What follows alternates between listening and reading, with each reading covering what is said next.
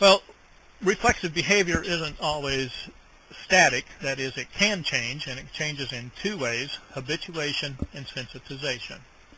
Habituation is a decrease in responsiveness due to repeated stimulation, and sensitization is an increase in responsiveness due to repeated stimulation. Notice that both of these require repeated stimulation. For example, we get a loud noise, we get startled, the human startle reflex. If you get the same loud noise again and again and again, you stop being startled, right? Habituation. Sensitization is just the opposite. For example, if you have you live in an apartment building and your neighbor is playing some rock and roll music with that bass beat, boom, boom, boom, boom, boom, boom, boom, boom, boom. And that's about all you hear, because lower tones travel further than higher tones, which get blocked by the walls, but those low tones can creep right on through. So you get the low tones and you don't get all the rest of it, and humans tend to sensitize to repeated low tones. Okay? So these repeated low tones means you get more and more upset.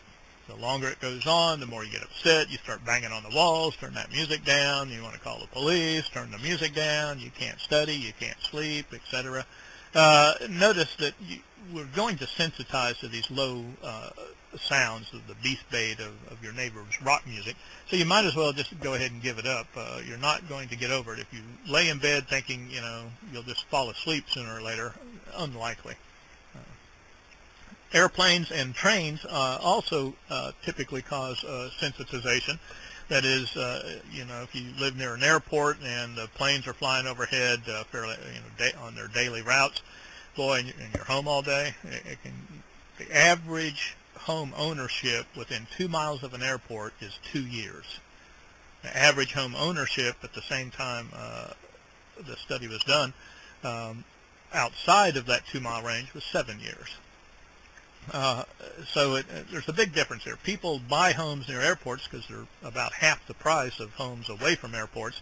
They think they'll get used to the planes, and they don't. After 2 years, they've had it, they're out of there. Same with trains, living too close to the train tracks. Well, we can use this notion of habituation to test infant memory.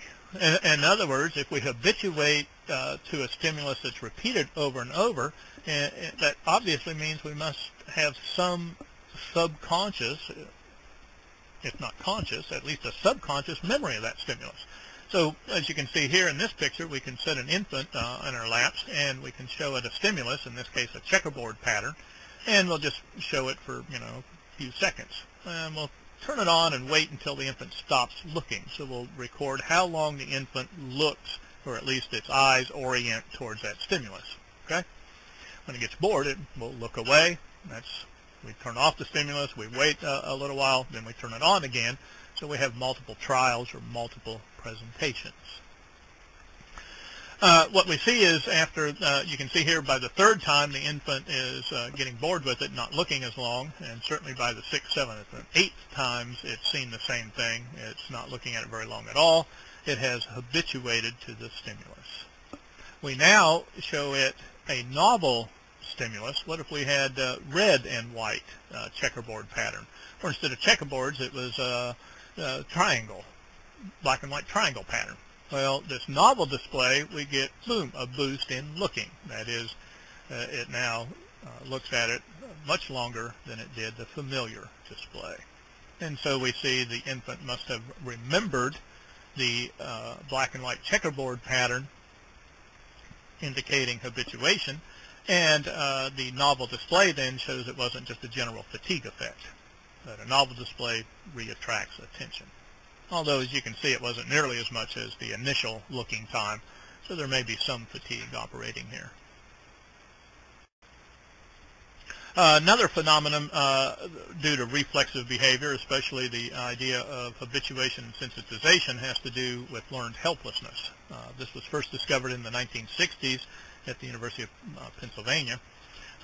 Dogs were basically given inescapable electric shock. As you can see here, we can put a dog in a chamber or a large box enclosure, and we can send electricity to either the right or left side of the box. There will be a small barrier separating the two sides of the box, and the idea is that when one side is getting an electric shock, the dog will jump over to the safe side. We'll wait a little while, then we'll shock that side, and the dog will jump back to the other side. Okay? We can also build one of these for rats, a smaller version for rats, and we call it a shuttle box, where they shuttle back and forth from the left and right sides by jumping over a small barrier. We can also add stimuli, and we'll be looking at that later. But notice, if we give electric shock to a dog, and we set it up so that even if it jumps over the barrier, it still gets the shock. In other words, both sides are shocked at the same time, and the dog just has to sit there and suffer the shock. It eventually learns that if it jumps the barrier, it won't do any good. You're going to get the shock whether you're on the A side or the B side. Okay? Well, if we, after giving this kind of training to the dogs, and they've habituated to the electric shock, we now have another group of dogs where we put them in, but only one side is electrified, and when they jump over the barrier, they're on a safe side, right? And we train that dog. Well, if we add a little warning light, so the little warning light comes on, you have 5 seconds to jump the wall, because in 5 seconds this side will become electrified. Well, they will learn to jump over that wall while the warning light's on before getting the shock. We call this avoidance conditioning. We'll study it a little in more detail later. Okay. However, our group that habituated to the electric shock, right, the one where they had both sides electrified and they couldn't escape from it, well, when we now allow them to escape, that is by electrifying only once and flashing a warning light, they don't learn. They never do learn that that warning light means they're going to get shocked, and that by jumping over the barrier they could learn to avoid getting an electric shock. That is, there's something about habituating to inescapable electric shocks that mean you can't learn about escaping electric shock in the future. We call this learned helplessness.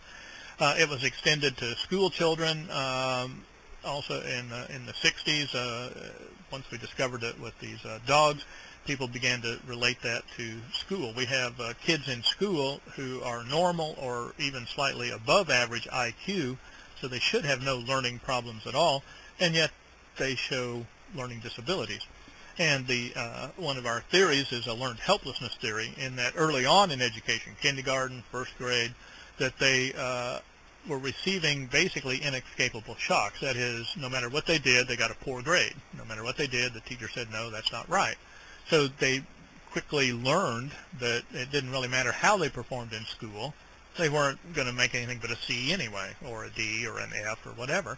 And so they essentially, after habituating to this series or repeated stimulations of failure, simply give up. They've learned helplessness. My behavior makes no difference, so why should I even bother?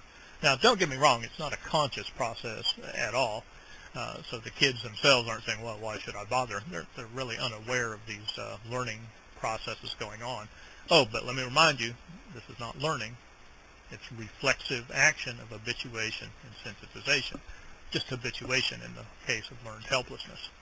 So what we're seeing here basically is the habituated reflex now gets in the way of any future possibility for learning.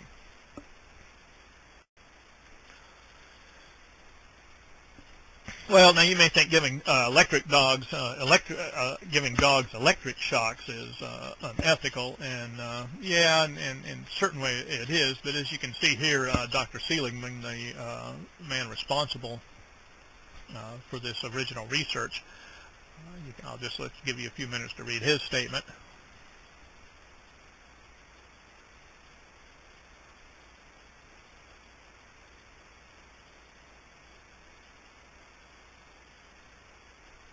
And let's move right along.